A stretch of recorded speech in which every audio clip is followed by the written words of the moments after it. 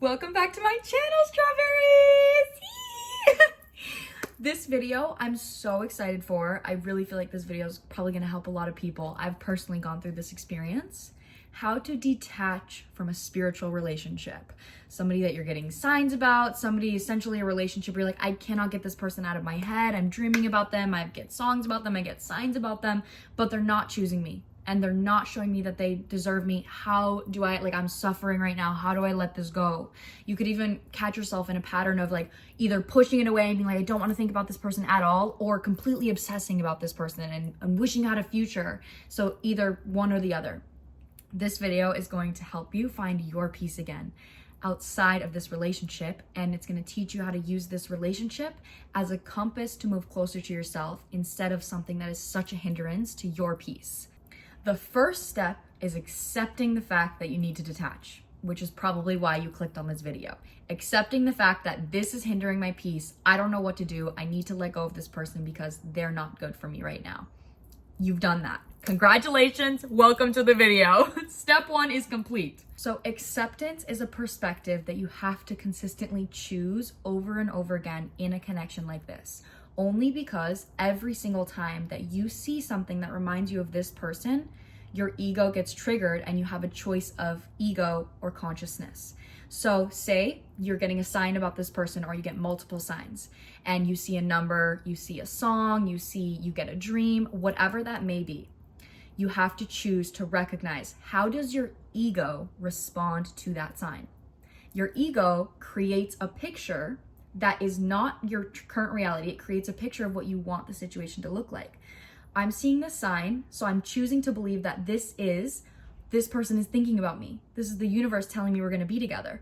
This sign is telling me that everything that I want from this person is going to happen. I just have to be patient. Recognize that. And then bring in the perspective of acceptance. If I'm accepting the fact that this person is not showing up for me, then I need to let go of a physical reality that has not been proven to be true. So what's the truth of your reality? The truth of your reality is when you see that sign, you think of that person. And that's it. So what are your real feelings about the current truth of your reality concerning that person? That this person is not showing up for you, that this person is not choosing you, that this person is not giving you what you believe you deserve, and that you feel like you have to wait for this person. Those emotions are what you're avoiding by your ego immediately bringing that sign to a future expectation that is not real. So when you recognize every single time you think about this person and you can recognize your ego going to the future, you get to ask yourself, how do I actually feel about what's really happening? And if that is, I don't feel good enough, I feel not chosen, I feel invalidated, where in my past is that coming from? Does that emotion relate to how I felt as a child? If you're dealing with a masculine and this person is not showing up for you in a physical way, they're not showing up for you in an emotional way, did your dad show up for you in an emotional way? Did this person make you feel the same way that your father made you feel? A lot of the time, spiritual connections are so intense because they mirror to you a core wound. And a core wound is a wound that affects every area of your life. So if this is a lack mindset or closed-hearted energy of either codependency or avoidance, so say you're codependent and you feel like you constantly need to be receiving in order to be good enough, so that could manifest for you putting your energy towards things that are not giving back to you because you don't believe that unless you're giving, you're going to receive. I am codependent on the fact that in order to receive something, I have to consistently give and give and give and give, even if what I'm giving to is not giving back to me. So obviously, if that's a job, you're going to overgive to your job and you're going to be in a job that you don't like for money. You're going to be in relationships that you're overgiving to because your sense of self is coming from helping, but you're not actually getting anything from that. That is a core wound, that lack energy. I don't believe that I deserve an equal relationship because I've never experienced it before. That is going to affect all of your relationships in your physical reality. And once you take acceptance and you can recognize how this person makes you feel, that gives you a compass to not only correlate that to your past, so to say, this person doesn't make me feel good enough and they don't validate my emotions. Does that relate to how I felt as a child? Does that relate to how I felt in past relationships? And if you can bring that specific emotion and say, where is this stemming from? Where did I originally feel this emotion? and why am I still holding on to it, then you can ask yourself, what in that memory do I wish I would have had? If somebody in that memory it was my dad invalidating me, it was my parent telling me that what I'm asking for is too much or I'm being too emotional, what does that child wish they would have received from your parent? For somebody to say, your emotions are valid. I see you. I'm sorry that I haven't been able to show up for you.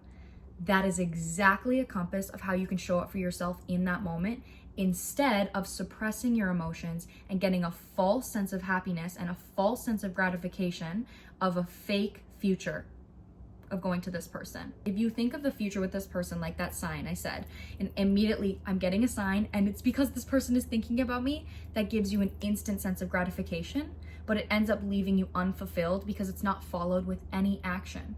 So that could also relate to your childhood in some way.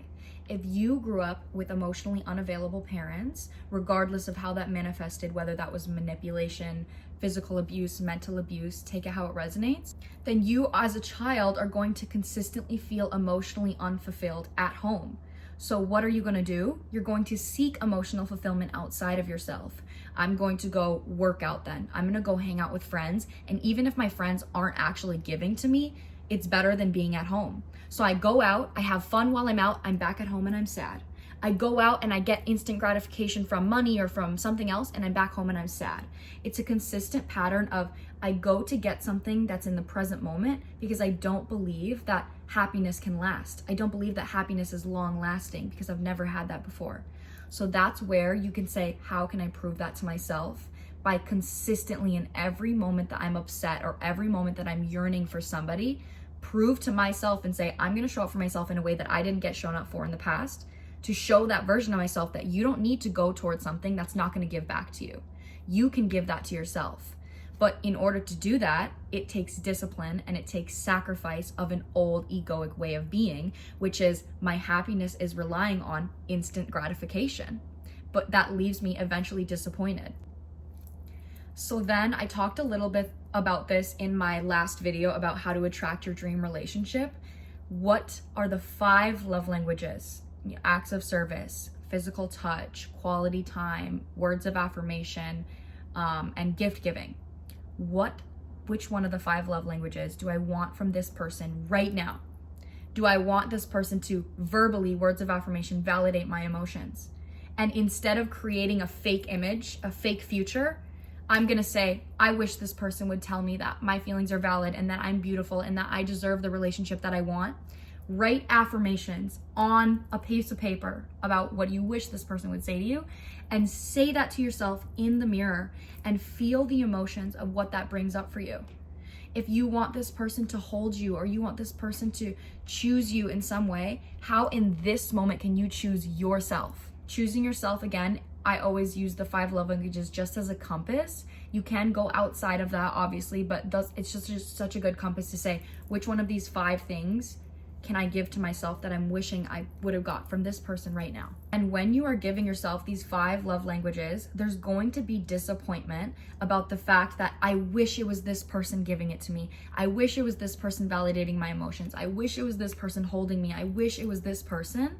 And validate those emotions while you are showing up for yourself, because that's valid. The frustration about the fact that you feel so connected to this person and that you wish that this person could show up for you, that is valid AF.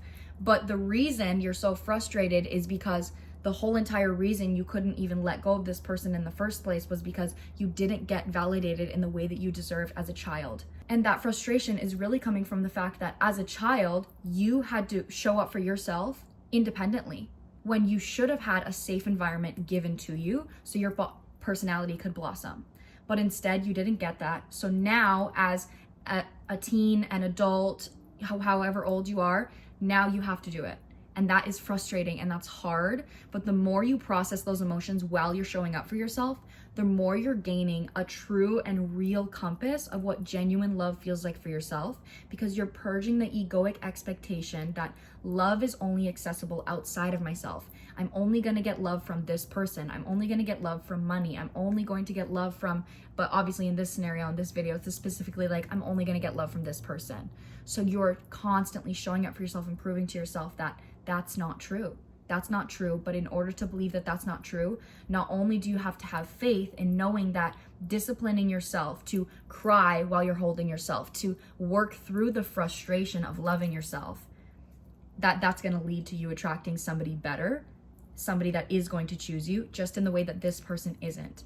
Because like I said at the beginning of this video, there's always a tendency to either, I don't want to think about this person at all and I'm completely pushing them away, or avoidant energy, or codependent energy. I'm constantly thinking about this person and all of my happiness relies on a sign from them and it relies on a future with them, codependent. What your guides are wanting you to do, like the best way to approach this situation is to practice an open heart, which is said is acceptance.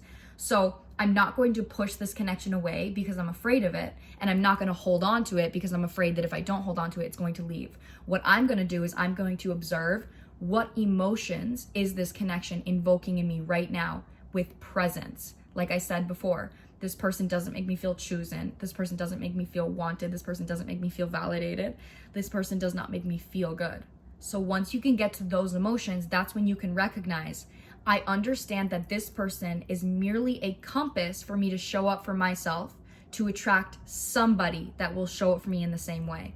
So you're not saying, this is my forever person, I'm going to be with this person forever and I'm healing for them, because you know that in order for you to attract somebody else that is healing, you have to heal. But once you choose to heal, you have no control over if somebody else chooses to heal or not. Change is inevitable, but growth is a choice. So in this connection, if you are choosing to say, you're mirroring to me that I don't feel good enough and you don't make me feel good enough, so I'm going to give to myself what you're not giving to me, and I'm going to have hope that maybe one day you're going to grow. But I'm also going to have faith that if you don't grow, say I grow and you don't, then I'm going to attract somebody else that will match my level, whether it's you or not. So that breaks the codependency of holding on to this person, holding on to for dear life, believing that this is the only person for me, this is my forever person. And that's not true, because right now, I would really want a lot of you guys to recognize that the feelings that you have towards this person, the feelings of like, I love this person, I want them so bad, they make me feel so good, and that's why you think about a future with them. But that is a projected emotion, because in a spiritual connection, you are projecting how you want that person to make you feel instead of actually them making you feel that way. Because if they were actually making you feel that way, the feeling would be backed with action. If somebody was actually making you feel that way, they would make you feel wanted and seen, because they are verbally validating your emotions. They are physically showing up for you. They are making effort to show you with emotional intent that you are worthy. And if they are not taking those actions, and this is a spiritual connection, that feeling that you are saying, this person makes me feel so good, that's coming from you.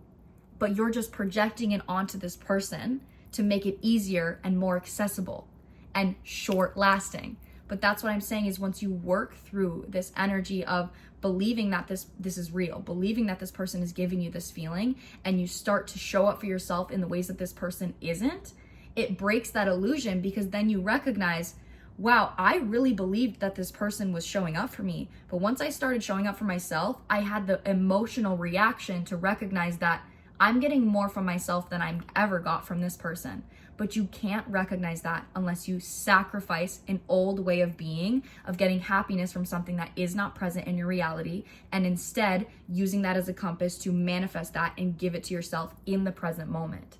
But that requires discipline.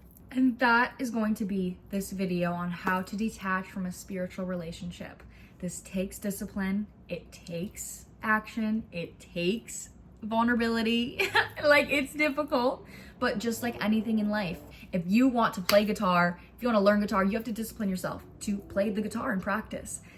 Practicing loving yourself and learning on loving yourself and disciplining yourself to not entertain something that isn't good for you is the exact same thing as working out, as learning the guitar. It's difficult at first and it's hard at first, but if you have faith that if you stay consistent, it will get better. It will get better, and you will attract the love that you desire, and it will start to manifest as little gifts in your reality. When you start to show up for yourself, little tiny things will start happening. Maybe you'll start to attract a little bit more money or more friends. Even before you attract a romantic partner, you will get shown that all of the actions you are taking are getting little rewards, and that reward is getting bigger and bigger and bigger every single time you choose yourself, as long as you stay disciplined. You deserve it. So believe that if you discipline yourself, you're gonna get it, because you do deserve it. I promise you it's possible. I love you so much. Thank you so much for watching this video. Don't forget to comment, like, and subscribe. If you would like to comment any other suggestions you have of videos you would like me to talk on, I would love that. I'm open to any suggestions you guys have, and I will see you in the next video.